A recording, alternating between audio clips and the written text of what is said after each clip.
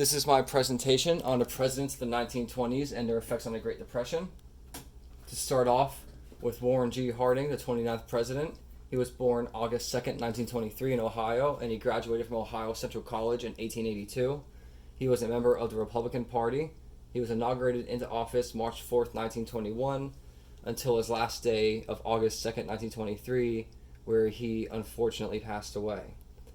Before working as president, when he was a young man, Harding purchased and ran a newspaper editor office in Ohio, where he made many political allies and eventually was offered a seat on the Ohio State Senate.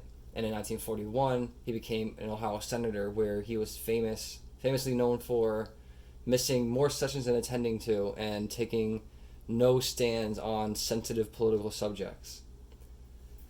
As president, he had a very infamous cabinet, which was very corrupt and known as the Ohio Gang.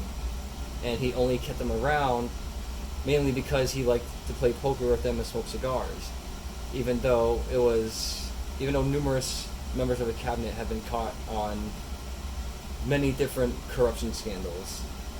He seemed to be more focused on being likable than being a leader and running the country, and even admitted to his good friends once he was in office that the job was beyond him. Another famous scandal that occurred during his presidency was the Teapot Dome scandal, which involved his Secretary of Interior, Albert Bacon Fall. At the beginning of his campaign before becoming elected, Harding had no political enemies and took no stances on issues as to have no conflicts with anybody. He ran with Calvin Coolidge, and he attacked the Wilson administration in their handling of World War I, and he promoted a return to normalcy to the way things were before the war and before all these progressive reforms that have been going on in the early 1900s in America. When giving speeches and interviews, he gave them from his front porch at his house, in comparison to who he was running against, James Cox, who traveled to numerous different states to give speeches there and speak to the people in their states. At the end, Harding won with 37 states and 404 votes compared to Cox's 11 states and 127 votes. For policies, domestic, Harding wanted to go back to the way things were before the progressive administrations that occurred in the early 1900s in America. One of the positive things he did was he created a unified budget for the first time in the government. And he also supported some bills to help American farms, but nowhere near enough to actually help them the way they needed it.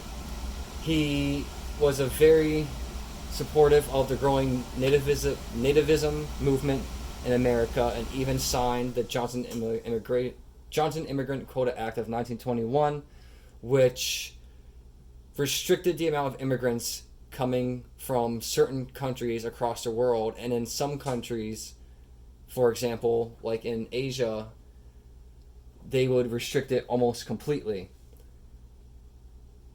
And he also supported some tariffs, much like the Ford-McCumber tariff, which raised tariffs on imported goods from other countries, especially from European countries, because he wanted to promote more people to buy American-made products.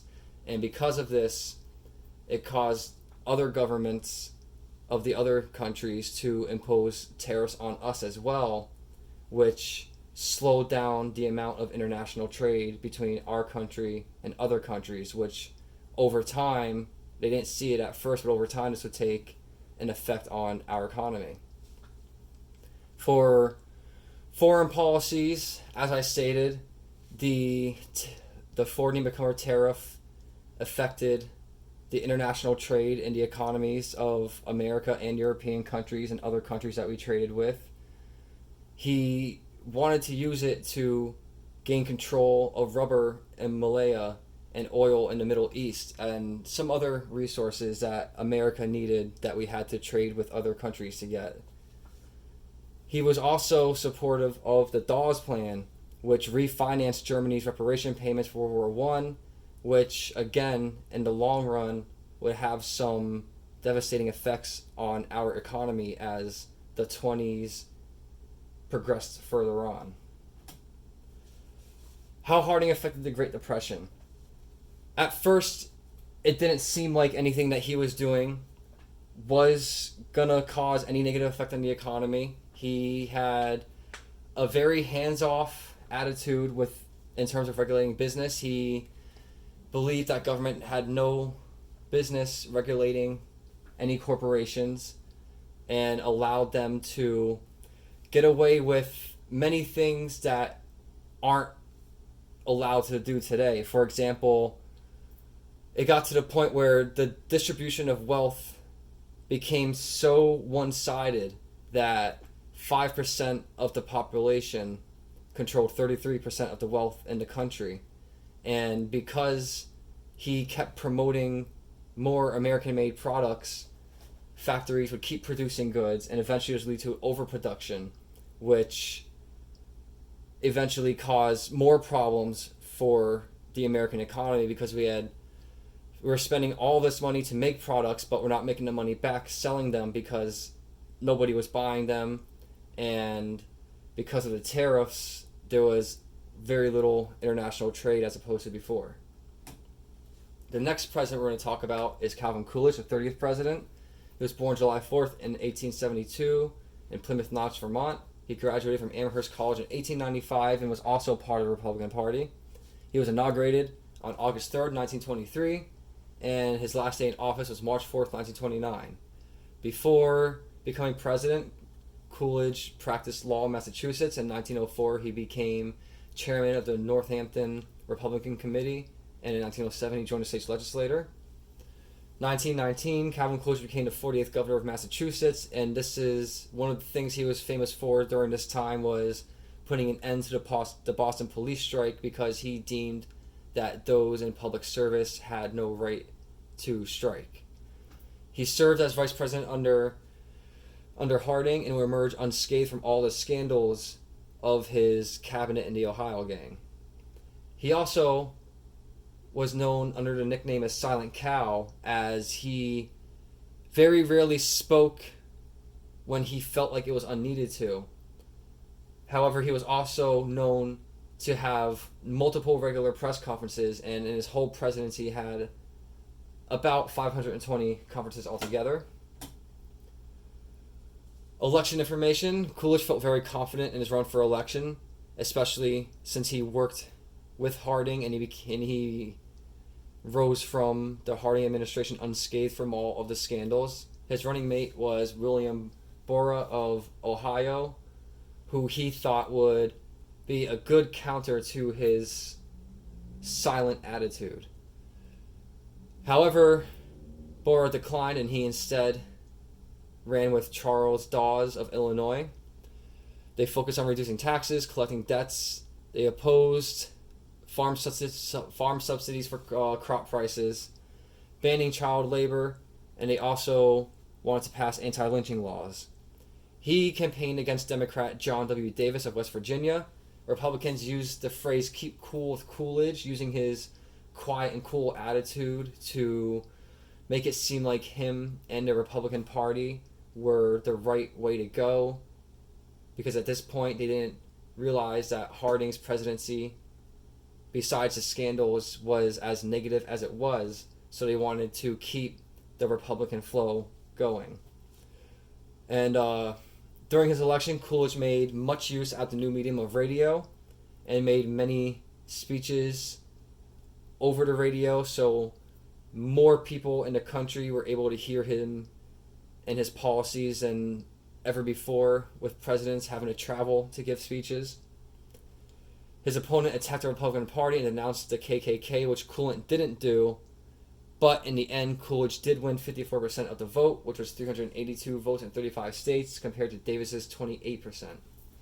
As for policies, his main point of concern was to put the American economy on its uphill climb after the Harding presidency. One of the short-term effects of the Harding presidency was the America in the early 20s began to see a little bit of an economic boom, which led to the Roaring 20s. However, over time, it would show that this boom wouldn't last very long and would in fact have a much more devastating effect afterwards. However, Coolidge wanted to keep the positive economy going at the time. He believed in lightly regulating business, but nowhere near to the extent of where it is today. It was still, for the most part, hands off. He passed the Revenue Acts of 1924 and 26, which reduced income taxes to wealthy Americans. His administration also passed the Immigration Act of 1924, which put even more restrictions on immigrants from other countries coming to America than the immigration restrictions put on by the Harding administration. And it outright banned Japanese immigrants altogether. Coolidge also came under fire for not being strict enough with the KKK when they marched on Pennsylvania Avenue in 1925. For foreign policies, he wanted to expand America's commercial interests. The Dawes Plan was put into effect during his presidency, and he also signed a Kellogg-Briand Pact with 14 other countries where they denounced armed conflict and tried to promote peaceful resolutions to conflicts between nations. He kept a strong American presence in Latin America and had American investments grow to $3.52 billion in fruit and oil, and he tried to keep American control of the Panama Canal as well. And to show off his influence, his administration almost controlled Cuba completely, but it was mainly controlled economically and politically. And he was also very supportive of the idea of isolationism, which goes off of the nativism, which was growing in the Harding administration. How Coolidge affected the Great Depression. He wasn't a terrible president, and he wasn't a great president. He was kind of in between, but he did do some things, have some policies that eventually hurt America and impacted the Great Depression. One of the most important ones is that he, like Harding, continued to ignore the plight and the cries of American farmers and let America's farms just run out of money, dry up, and because of this, farmers unfortunately felt the effects of the Great Depression much earlier than most of the country. He passed the Dawes Act, which allowed Germany, it changed the reparation payments for Germany, which allowed them to make less payments over a longer period of time. However, as we saw as time went on, Germany eventually stopped making these payments, which meant that European countries like Europe and Britain and France weren't able to make their payments to us as well. So over time, Germany, France, and England all weren't able to make their reparation payments or loan payments that when we aided them in World War One. And this would just take a very large toll on the economy. As said earlier, we were already in the midst of overproducing goods that people just weren't buying. And at the same time, because of the tariffs that were put into place in the Harding administration, there was still very little international trade going on top of Coolidge promoting isolationism on top of that. So lastly, we have the 31st President, Herbert Hoover. He was born August 10th, 1874 in Iowa, and he graduated from Stanford University in 1895. Again, Mr. Hoover was part of the Republican Party, and he was inaugurated on March 4th, 1929 until March 4th, 1933. Mr. Hoover was one of the only ones that didn't do much political work prior to being president. He became a mining engineer after getting into Stanford and graduated with some of the highest marks in his class. He traveled the world looking to prospect mines for resources that were very valuable, and eventually he became a millionaire due to this. And during World War One, he ran the U.S. FDA and was an important wartime cabinet member to Wilson. His popularity in politics rose in the 1920s due to his humanitarian work and his work in the Harding and Coolidge administrations. After Coolidge announced he wouldn't rerun for president, Hoover was automatically thought of as the best Republican option for candidate for the next president. So Hoover ran for president in two different times. The first time was in 1928, after Coolidge announced he wasn't going to run again for re-election.